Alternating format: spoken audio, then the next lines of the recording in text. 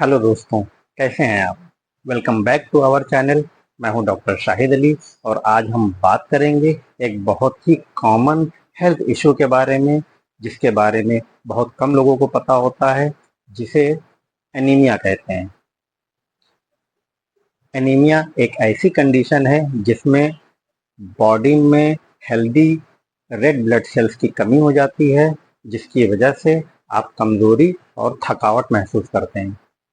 तो चलिए आज समझते हैं कि एनीमिया क्या है, यह कैसे होता है, इसके कॉज क्या हैं, इसके सिम्टम क्या हैं और इसका ट्रीटमेंट क्या है। दोस्तों, एनीमिया का मतलब होता है बॉडी में हेल्दी रेड ब्लड सेल्स की कमी या हीमोग्लोबिन की कमी। रेड ब्लड सेल्स ऑक्सीजन को बॉडी के हर पार्ट में पहुंचाते हैं और जब इनकी कमी हो जाती है तो बॉडी को एनर्जी कम मिल पाती है, जिसकी वजह से कमजोरी महसूस होती है। एनीमिया के कई टाइप्स होते हैं, जिसमें हम मेन टाइप्स के बारे में बात करेंगे। जिसमें सबसे पहले आता है आयरन डेफिशिएंसी एनीमिया, यानी कि आयरन की कमी से होने वाली एनीमिया। बॉडी में आयरन की कमी हो जाती है तो आरबीसी कम बनती हैं, जिससे खून की कमी हो जाती है। इसकी वजह पुअर डाइट, हैवी ब्लीडिंग, ज़्यादा मेंसेस आना या कोई जीआई प्रॉब्लम हो जाए, जिसकी वजह से इनटेक तो आयरन का हो रहा हो पर उसका एब्जॉर्प्शन ना हो रहा हो, यानी वो बॉडी में एब्जॉर्ब ना हो रहा हो, जिसकी वजह से आयरन की कमी हो जाती है और जिसको आयरन डेफिशिएंसी एनीमिया बोलते हैं। दोस्तों, इसका मुख्य लक्षण थकावट, कमजोरी, पेल स्किन और डिजनेस होता है। इसका कॉज होता है पुअर डाइट, विटामिन बी 12 और फोलिक एसिड डिफिशियंसी, या किसी वजह से जीआई ट्रैक में कोई प्रॉब्लम हो जाए और विटामिन एब्जॉर्ब ना हो पाए। दोस्तों, दूसरा कॉज होता है विटामिन डिफिशियंसी एनीमिया, यानी विटामिन बी 12 और फोलिक एसिड की कमी। विटामिन बी 12 और फोलिक एसिड की कमी की वजह से आरबीसी बन नहीं पाती और उसकी कमी से एनीमिया हो जाती है। तो इसका कॉज होता है पुअर डाइट, विटामिन बी 12 और फोलिक एसिड की कमी, या बॉडी विटामिन को एब्जॉर्ब ना कर पाए, जिसकी वजह से इसकी कमी हो जाती है। दोस्तों, इसके लक्षण में weakness, memory loss, depression, tingling of the hand वगैरह आता है। इसके अलावा दोस्तों एक टाइप्स होती है एनीमिया की, जिसको एप्लास्टिक एनीमिया कहते हैं। बॉडी में बोन मैरो ही आरबीसी को बनाता है और जब किसी कारणवश बोन मैरो आरबीसी नहीं बनाते हैं या बहुत कम बनाते हैं तो उसकी वजह से जो एनीमिया होती है उसको एप्लास्टिक एनीमिया बोलते हैं।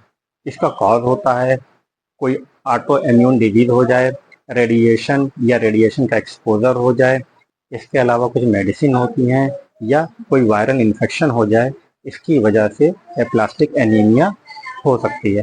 उसमें इसके सिम्टम में थकावट होती है, यानी फटीग होता है, फ्रिक्वेंट इन्फेक्शंस होते हैं और अनएक्सप्लेन्ड ब्लू कलर के स्किन पर निशान पाए जा सकते हैं। टाइप होती है एनीमिया की जिसको हेमोलाइटिक एनीमिया कहते हैं। दोस्तों, बॉडी में आरबीसी की सेल्स बनती रहती हैं और कुछ समय बाद वो टूटती रहती हैं और उसकी जगह पे नई सेल्स बॉडी में फिर से बनती रहती हैं। लेकिन जब आरबीसी बहुत जल्दी जल्दी टूटती हैं और उस रेशियो में बॉडी में नई आरबीसी या रेड ब्लड सेल्स नहीं बन पाती, तो उसके नतीजे में बॉडी में आरबीसी की कमी हो जाती है, जिसे हेमोलाइटिक एनीमिया बोलते हैं। इसका कॉज है जेनेटिक डिसऑर्डर, जैसे sickle cell anaemia, auto immune disorder, infection या किसी तरह का वायरल इन्फेक्शन, सर्टेन मेडिकेशन। दोस्तों, इसके लक्षण होते हैं jaundice, fatigue, dark colour urine, enlarge spleen. Next types है एनीमिया की सिकल सेल एनीमिया। यह एक जेनेटिक डिसऑर्डर होता है। इसमें आरबीसी का शेप ओवल या गोल होने की बजाय चांद के टाइप का हो जाता है, जिसको इसी वजह से इसको सिकल सेल एनीमिया बोलते हैं। यह आसानी से टूट जाता है और ब्रेकडाउन हो जाता है, जिसकी वजह से बॉडी में आरबीसी की कमी हो जाती है और ऐसी एनीमिया को सीकल सेल एनीमिया बोलते हैं। सेल एनीमिया का कॉज इनहेरिटेड होता है, यानी आनुवांशिक होता है। सिम्टम: सीकल सेल एनीमिया में पेन एपिसोड होते हैं, फटीग होता है, फ्रीक्वेंट इन्फेक्शन इन बॉडी होता है और डिले ग्रोथ ऑफ चाइल्ड होता है, यानी बच्चे धीमे बढ़ते हैं। नेक्स्ट टाइप्स ऑफ एनीमिया को थैलेसीमिया बोलते हैं। दोस्तों, थैलेसीमिया भी इनहेरिटेड यानी आनुवांशिक डिजीज है। इसमें बॉडी इनफ हीमोग्लोबिन प्रोडक्शन नहीं कर पाती है और इसमें आरबीसीज का लाइफ साइकिल बहुत छोटा होता है और यह जल्दी डिस्ट्रॉय हो जाती हैं, जिस कारण बॉडी में इसकी कमी हो जाती है, जिसे थैलेसीमिया बोलते हैं। इसका कॉज जेनेटिक म्यूटेशन होता है, जिसके कारण यह एनीमिया होती है। सिम्टम में दोस्तों फटीग, वीकनेस, पेल या yellowish skin, facial bone deformity पाई जाती है। नेक्स्ट टाइप है एनीमिया ऑफ क्रॉनिक डिजीज।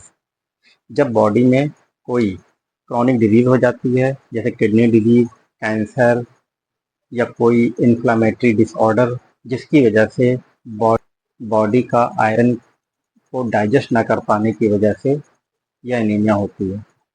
दोस्तों, एनीमिया की एक टाइप और होती है जिसको परनीसियस एनीमिया बोलते हैं। यह एक specific type of vitamin B12 deficiency anaemia है, जिसमें बॉडी विटामिन B12 को एब्जॉर्ब नहीं कर पाती due to lack of intrinsic factor. दोस्तों, स्टमक में एक फैक्टर होता है जो विटामिन B12 को एब्जॉर्ब करने में मदद करता है। जब इस फैक्टर की कमी हो जाती है तो विटामिन B12 बॉडी में एब्जॉर्ब नहीं हो पाता, तो इस कारण जो एनीमिया डेवलप होती है उसको परनीसियस एनीमिया बोलते हैं। इसका कॉज एक ऑटो इम्यून डिसऑर्डर है जो उस इंट्रिंसिक फैक्टर को स्टमक में ब्लॉक कर देता है और उसके रिलीज ना हो पाने की वजह से विटामिन B12 एब्जॉर्ब नहीं हो पाता। सिम्टम में वीकनेस, मेमोरी इशू और टिंगलिंग ऑफ द हैंड है। ये थी अलग अलग तरह के एनीमिया के टाइप्स और उनके साइन सिम्टम्स और उनके कॉज।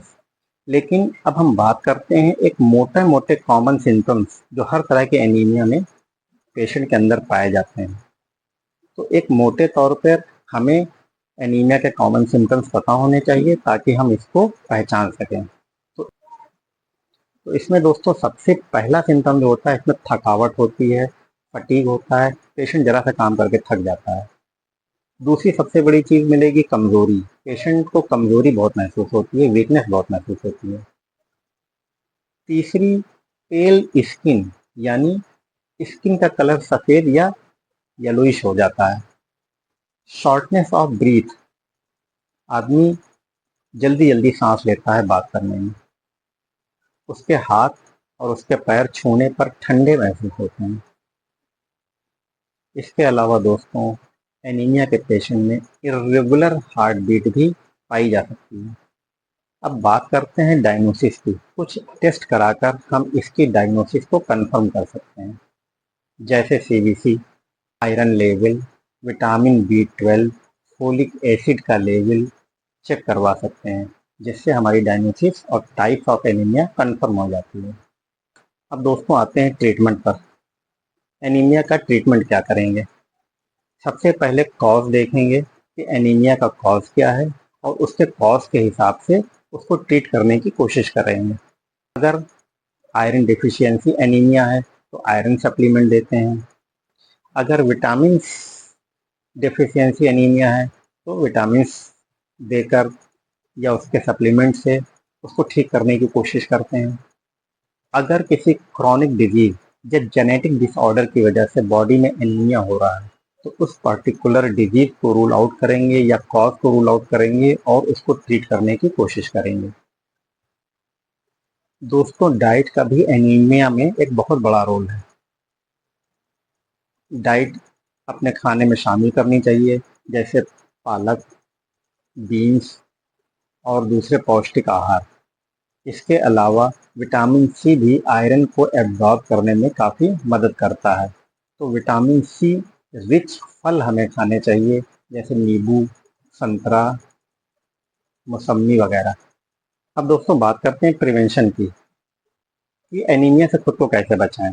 इसको बचाने का कुछ ही तरीके हैं। आयरन और विटामिन रिच डाइट लें या फलों को लें, और समय समय पर अपना चेकअप कराते रहें। वक्त पर इसको रूल आउट करें।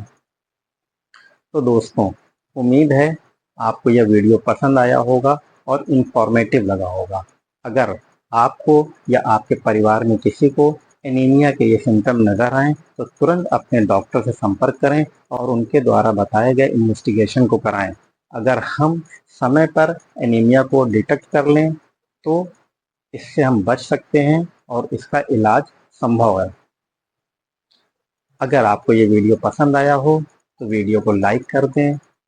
अगर चैनल पर नए हैं तो सब्सक्राइब कर दें और अपने दोस्तों में शेयर कर दें। और हेल्थ से रिलेटेड ऐसे ही इंफॉर्मेटिव वीडियोस के लिए हमसे जुड़े रहें। दुआओं में याद रखिए। जय हिंद।